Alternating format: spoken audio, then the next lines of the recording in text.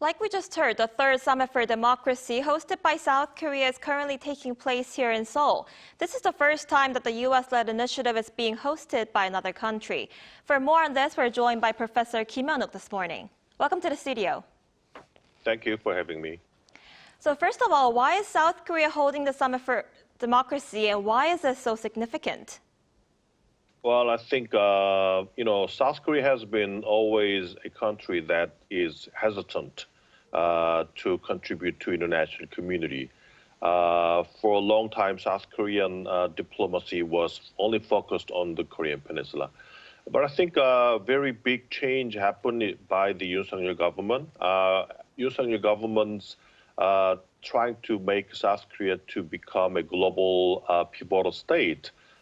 Trying to make South Korea to contribute to more to regional community and global community. And I think in that sense, this is a very important critical juncture for South Korea to expand its diplomatic sphere, I think.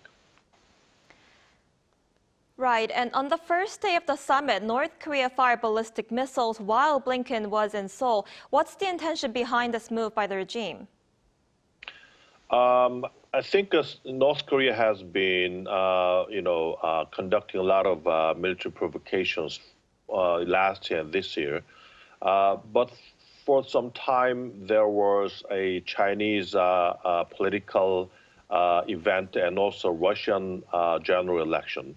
So after all these allies events are finished, North Korea is again doing a lot of military provocations.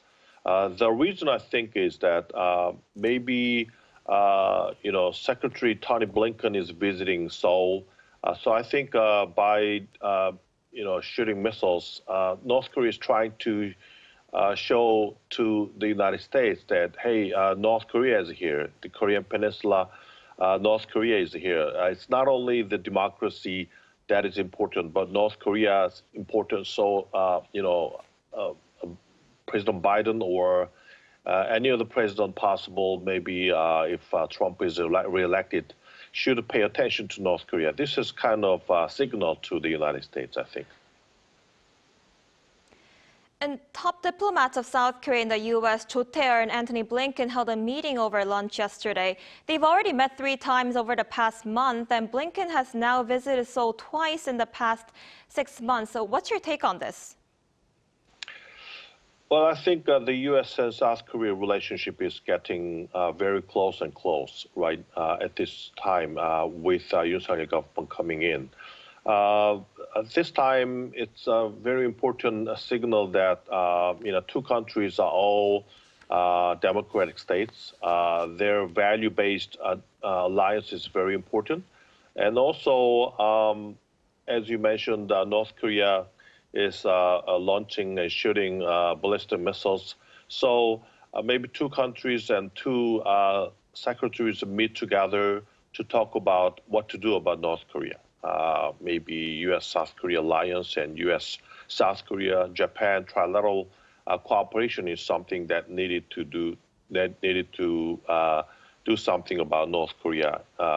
And also, I think they agreed that North Korea policy is still a denuclearization. I mean, there are a lot of voices that North Korea is already a nuclear weapon possessing state, so we have to change our policy towards North Korea. But they reaffirm that their policy towards North Korea is still a denuclearization, complete denuclearization. All right, Professor Kim, thank you so much for your insight this morning. Thank you very much.